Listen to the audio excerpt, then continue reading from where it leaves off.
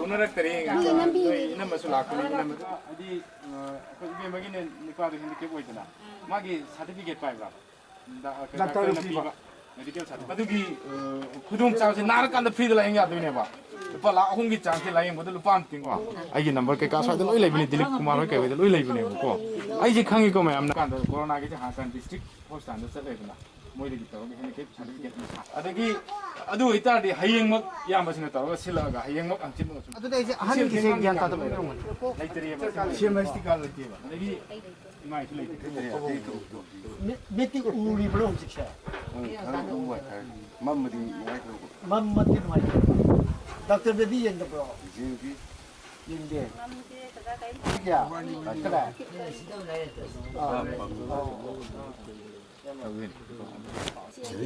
Oh, lagi suam nak kena. Oh, nak beli kali forward saya ada di bawah dia mandra. Ada buat. Ada buat kira-kira.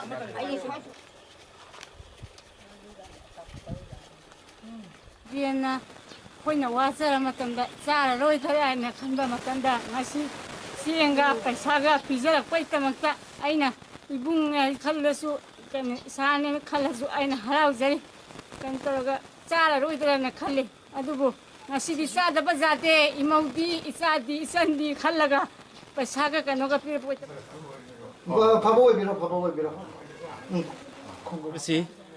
Nahan media sing da social media musung tongan media channel sing da utpirak padagi Wangoo Ahallup mayalai kai kumbi kendra manung da leiba sigumba khara hena khudong chadraba hojiki COVID-19 gi laina laichat asigi national lockdown sina hena khudong chawa saitheng nanghan biraba adugum laba imung mari da akoigi madugu pau sing che tanar padagi mathang ai isagi su nahan isagi lanai gi su tawjagre adu ngasi sina koi lakchari si Honourable Chief Minister na maki advice matung ina mahak na pautak pibirakanda ay amba thokchom sarat na luchinga ga koi punna lakchabani na Honourable CM na akoi imung mari du da sana na cheng pibire ke bag amamam be khai haidre ke ji yang kai gi be adumani pibire adu paisa oina ngamba mateng khar ka pangame adu akoi si local ji orkan ri imung taruk yaurame adna koi kalapta sinajare yaraga di punna madu manage tawbiro adu ga imung taruk gi di akoi palising ani Canada, value da, kano pijarani.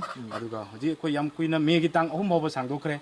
Kalau sih nungsa TV runo, aina, kayak sih pradhan sing nasu imthong kuding de yeli ay uzay yam nungai jay. Honourable Lamdam sih MLA nasu, madu mayam ge awana singang na bagi demak telengak sih advice matung ini yen biri.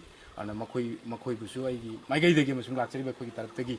Hanya lagi dan thagat cari pradhan busu Honourable MLA su aduga makoi de natuna sih gu malai baki awana matam sih da ngamjaba khar putok tuna ana awana sing sih mateng pang ibu mipung kuding makpusu ay maikeidagi lakchari ba koi maikeidagi hana thagat cari aduna tang hawo dani sangdok toiche ana koi awana khar khangmina si social distancing lapna khar laiba awana khar khangmina si khud yam toina hamba khud hamdriba homai mit naton paibi daba maduni aduna khar khangminar kanda sung choi dana laibang mapuna koi haiba ngasi awana si digi soi dana kalakani haina koi loinamak ima tampala mi kuminaraga koi laina laichat asi digi misimina awana amatta nanganbi daba oresno ai wafam si thamjage aduga mayamna su Honourable CM na piraiba pot si pungning harau na laubire haraga lamdam sigi mapi mapa oiba mahangna Manipur gi dana Manipur gi mapanda leirba mi lising kun mari mga mapanda leiri makoi loinamak tasu Honourable CM na makoi awana ta dana baina lupa lising ani mai account da kaptana khotna tawiba mayam ama ana masi punna prithvi gi oina warak punina ana koina pijariba kharasi akoi kalab ai taw